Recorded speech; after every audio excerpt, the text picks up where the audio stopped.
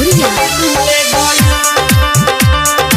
आप सुन रहे हैं अमित पटेल की आवाज में।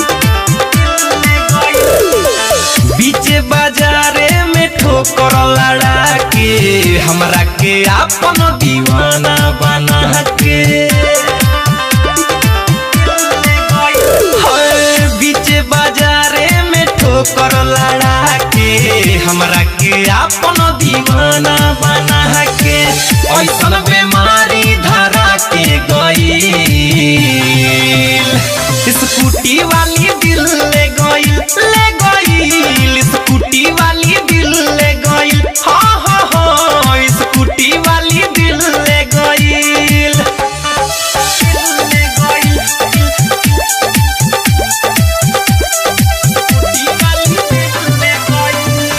डीजे विकास रीगा सीतामढ़ी। देखी के हम पगलाई रे गईनी रेशम के जैसन बाल रे, बढ़ता रही रही के हो बेचैनी भइल बा ऐसन हाल रे। देखी के हम पगलाई रे गईनी रेशम के जैसन बाल रे, बढ़ता रही रही के हो बेचैनी भइल बा ऐसन हाल रे। नैन से नैन लड़ा के गईल,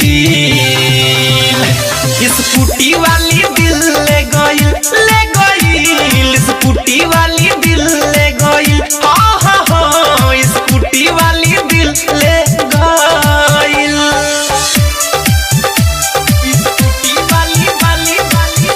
म्यूजिक बाय विदेश भोजपुरिया।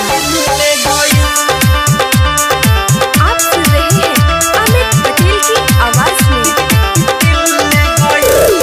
ठोकर लड़ा के धीरे से यारवा का कहीं जब मुस्काइल रे, खोली के हमारा दिल के केवाड़ी भीतर ले जाके समाइल रे। ठोकर लड़ा के धीरे से यारवा का कहीं जब मुस्काइल रे, खोली के हमारा दिल के केवाड़ी भीतर ले जाके समाइल रे।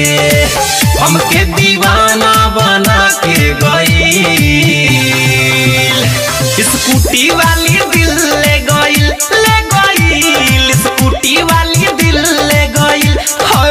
बीच बाजारे में ठोकर लड़ा के हमरा के अपन दीवाना बना के, ऐसन बीमारी धरा के गईल, स्कूटी वाली दिल ले गईल।